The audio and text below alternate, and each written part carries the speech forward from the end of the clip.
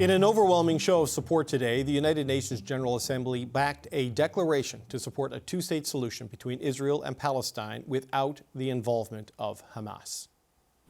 The result of the vote is as follows.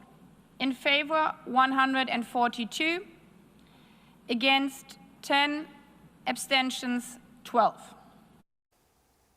Israel rejected the resolution today, writing on social media, once again, it has been proven how much the General Assembly is a political circus detached from reality.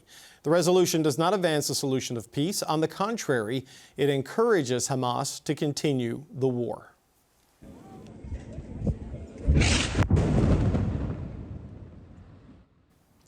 And this all comes as Israel continues its military takeover of Gaza City. Israel says it struck 500 targets in the city this week as part of its plan to eliminate Hamas. About 1 million Palestinians are said to be sheltering in the city. Riyad Mansour is the permanent observer of Palestine to the United Nations, and he joins me now. Mr. Mansour, it's nice to meet you. Thank you for being here today, sir. Well, thank you for having me. The UN General Assembly voted overwhelmingly today to back a resolution calling for a two-state solution that excludes Hamas. And this is in the lead up to Canada and other countries formally recognizing a Palestinian state. What is the significance of these moments in your view? The declaration that was adopted, it has lots of details about what needs to be done by the international community and, of course, the countries, the states that have adopted this declaration, starting from ending this genocidal war against our people in the Gaza Strip, to allow the people to have humanitarian assistance to scale, to stop the displacement of our people, including the displacements from outside of the Gaza Strip, to beginning the process of reconstruction of Gaza, and then to begin the process of ending this illegal occupation and the independence of the state of Palestine with East Jerusalem as its capital, and therefore to make the two-state solution a reality. In this connection, the declaration also recognized the authority of the Palestinian National Authority and the state of Palestine in running the affairs of all parts of the occupied territory, all parts of the land of the state of Palestine, including the Gaza Strip, and the state of Palestine is ready to carry all of its responsibilities in connection with the Gaza Strip after we put an end to the war.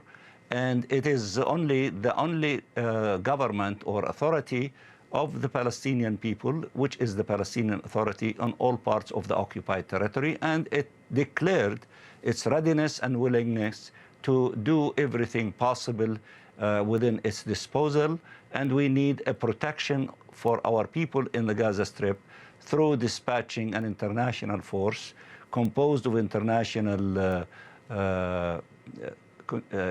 countries and also regional countries in order to make sure that our people are protected, and also that to have peace and no belligerency by anyone in that region, and also to allow the security forces of the authority to run the affairs in the Gaza Strip. There are many components to that and many steps from today to there. And as overwhelming as the vote was, 142 in favor, 10 against, 12 abstentions, Prime Minister Netanyahu still rejects the idea of a Palestinian state, saying there will not be a two-state solution, and international pressure doesn't seem to be changing Israel's approach here. So how meaningful will the impact of today be in terms of changing the current situation? It is very meaningful when you have countries like Canada, for example, which recently declared that they are going to recognize the state of Palestine as an investment in peace and saving the two-state solution. What we are doing is a chapter of what Nelson Mandela and the political forces in South Africa in mobilizing the support from everywhere, including from Europe, from Africa, from the South, from the North.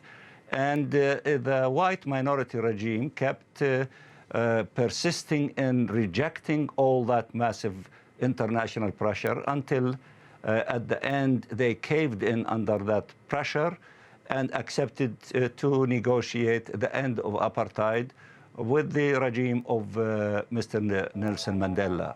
And the United States was the last country that accepted that global consensus. We are moving in the same direction.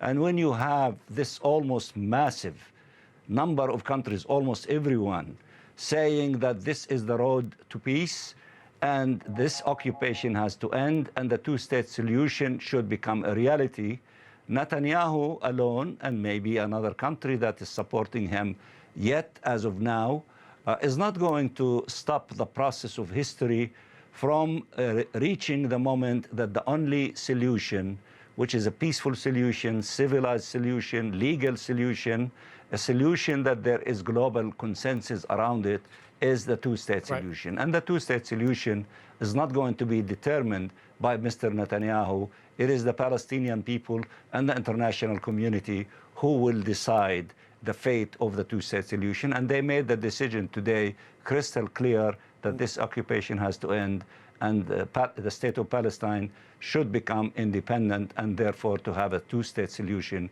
a reality on the ground. The United States may only be one country, but it is inarguably the world's most powerful country economically and militarily, and in the run-up to the formal recognition of the Palestinian state by countries like Canada, the United Kingdom, France, and Australia, Secretary of State Marco Rubio is going to go to Israel to show support for the Netanyahu government and for the state of Israel. And Prime Minister Netanyahu continues his military operations inside Gaza.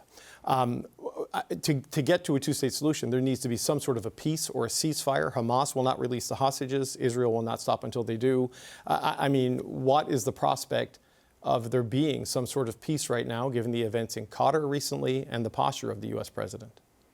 Well, first of all, you know that there is a global consensus that this war has to end, and it has to end permanently and now. The hostages should be released and the Palestinian prisoners.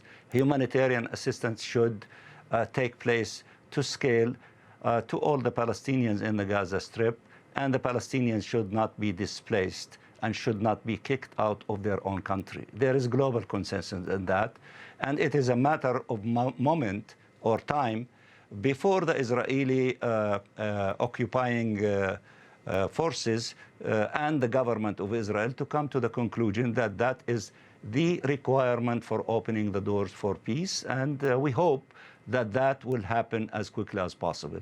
Let me also add, with regard to the United States, it's a very powerful, important country. It was the last country that agreed to the dismantling of apartheid in the case of South Africa. Most likely would be the same in our case. It would be the last country to come to that conclusion. But before that country come to that conclusion, the system, this illegal system of oppressions, of occupation, of genocide against our people has to begin to start crumbling, as was the case with the white minority regime in South Africa when they released Nelson Mandela from jail and began to have negotiation with him before the United States of America came to the conclusion that that is what should be done, and to end apartheid and to allow the South African people to determine their own future in a democratic way based on one man, one vote. Right. We are following the same path. We are at a very critical moment in which the leaders of Israel are so intransigent, and they don't want to look at what the world is saying with an open mind. We can stop this war now if they accept the proposals that are on the table and everyone is accepting them, instead of going to Doha and to bomb facilities in a diplomatic residential neighborhood. The Prime Minister of Israel, he wants to continue the war, endangering the release of the hostages, and I think that the hostages will be released if ceasefire to take place. In fact, the more than 100 plus hostages were released when we had periods of ceasefire. And the continuation of the war threatens the life not only of the hostages, but tens of thousands of Palestinians, especially children and women, to be killed in the process of that they are trying to eliminate Hamas. They've been trying to do that through the killing and the destruction of Gaza for 2 years, and still they tell us that they haven't accomplished that objective. I believe peace is much better than war. Peace saves lives, releases hostages and prisoners. War, it takes lives away. It entrenches the hatred and the resentment between the conflicting parties. Peace is a million times much better than war, and we extend both of our hands. And the world today, through the voting, is saying we have a plan, the plan of peace, the plan that was adopted by 142 countries. Let us give peace a chance. Riyad Mansour, we're out of time, but I want to thank you for your time today. That's Riyad Mansour, the Permanent Observer of Palestine to the United Nations. Thank you, sir.